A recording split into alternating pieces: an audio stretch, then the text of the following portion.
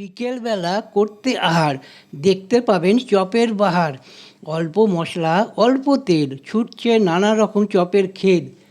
আজকে হবে আমের চপ। সাবস্ক্রাইব করে দেখে নিয়ে বানিয়ে খাবেন টপাটপ। বাবার হাতের এই স্পেশাল আমের চপের রেসিপি আমার সবচেয়ে প্রিয়। তাই তো আজ বলেই ফেললাম, দেরি না করে বানিয়ে ফেলো তোমার এই স্পেশাল আমের চপের রেসিপি। এই বেঙ্গলি রেসিপি যে কোনো সন্ধ্যা আড্ডাকে জমিয়ে দেবে এক নিমেষে। এই আমের চপ বানাতে গেলে প্রথমে দুটো মিডিয়াম সাইজের আম নিয়ে নিয়েছি। সেটাকে ভালো করে জলে ধুয়ে প্রেসারে সেদ্ধ করে নিয়ে একটা গ্রেটারের সাহায্যে গ্রেট করে নিয়েছি। এছাড়াও লাগবে সামান্য এতে আলু মাখা, বেটে রাখা আদা বাটা, বেটে রাখা আদা এবং লঙ্কা বাটা, আর লাগবে সামান্য আমচুর মশলা। এরপর একটা কড়াইতে 2 টেবিল স্পুন তেল দিয়ে গরম করে এর মধ্যে 5 ফোড়ন এবং আদা বাটা এবং আদা বাটা দিয়ে ভালো করে নাড়িয়ে চাড়িয়ে নিতে হবে। গ্রেট করে রাখা আম মাখাটা দিয়ে দিতে হবে। এরপর আমচুর মশলাটা ছড়িয়ে দিতে হবে। ভালো করে নাড়িয়ে চাড়িয়ে নিতে হবে কয়েক মিনিট। আম মাখাটাকে ভালো করে নাড়িয়ে চাড়িয়ে নিচ্ছি। এর মধ্যে পরিমাণ মতো হলুদ, একটু চিনি এবং পরিমাণ মতো নুন মিশিয়ে দিতে হবে। তারপর আবার কিছুক্ষণ কড়াইতে ভালো করে নাড়িয়ে নিতে হবে, যতক্ষণ না পুরো এই আম মাখাটা একটু শুকনো শুকনো হয়ে আসে। যে একটু শুকনো হলদেটে ভাবের হয়ে আসবে, তখনই এটি ধীরে ধীরে রেডি হয়ে যাবে। কিন্তু এখন এর মধ্যে মূল ইনগ্রিডিয়েন্টস বাকি আছে, সেটা হলো আলু মাখা। এর মধ্যে আলু মাখা দিয়ে আবার এটাকে ভালো করে নাড়িয়ে চাড়িয়ে নিতে হবে।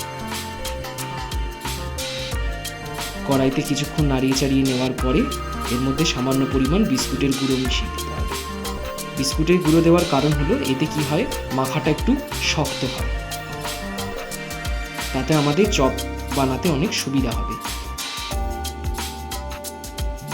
এরপরে ভাজা মশলা ছড়িয়ে রেডি এই আম মাখা। সেটাকে একটা পাত্রে রেখে দেওয়া হলো। এরপরে এই আম মাখাটাকে নিয়ে চপের সাইজ করে নিতে হবে। চপের সাইজ করে নিয়ে সেগুলোকে একটা প্লেটে রেখে দিতে হবে।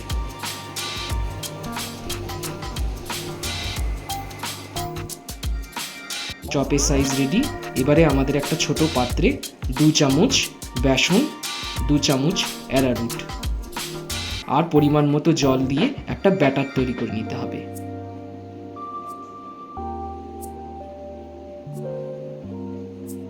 ভালো করে চামচ দিয়ে এটাকে নাড়িয়ে চাড়িয়ে নিয়ে ব্যাটারটাকে তৈরি করতে হবে।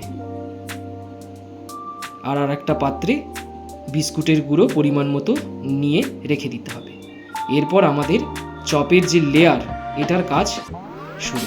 তো চপের লেয়ার বানাতে গেলে প্রথমে যে সাইজ করে রাখা যে আম মাখাটা কি চপগুলো যাই বলুন না কেন, সেটা প্রথমে আগে বেসন আর অ্যারারুট গোলাতে চুবিয়ে বিস্কুটের গুঁড়োর মধ্যে একে একে ভালো করে ফার্স্ট লেয়ার কোটিং দিতে হবে।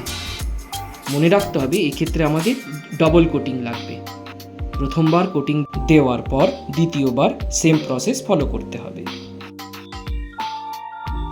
করে এইরকম দুবার যেই আমরা বিস্কুটের গুঁড়োর কোটিং মাখিয়ে দেব, তখনই আমাদের রেডি হয়ে যাবে মেন চপের সাইজ। এরপরে একটা কড়াইতে সাদা তেল গরম করতে দিয়ে একে একে আমরা চপগুলো ভেজে ফেলবো। চপগুলো যে লাল লাল হয়ে আসবে, হালকা আমাদের মনে রাখতে হবে এটাকে হালকা আঁচে ভাজতে হবে। বেশি আঁচ হয়ে গেলেই পুড়ে যাওয়ার সম্ভাবনা থাকে। এরপরে এই চপগুলো ভাজা ভাজা হয়ে গেলে একটা ঝাঁঝরি দিয়ে ভালো করে তেল ছেঁকে পাত্রে তুলে রাখতে হবে। তাহলেই রেডি সেই সুস্বাদু আমের চপ। তাই আর দেরি না করে বানিয়ে ফেলুন সুস্বাদু এই আমের চপ। বাচ্চা থেকে বুড়ো সকলের প্রিয় এই আমের চপ। এরকম আরো ভিডিও দেখতে হলে দেরি না করে চ্যানেলটাকে সাবস্ক্রাইব করুন। আজকের মতো টাটা, আবার কালকে আসবো নতুন কোনো এক রান্নার রেসিপি নিয়ে।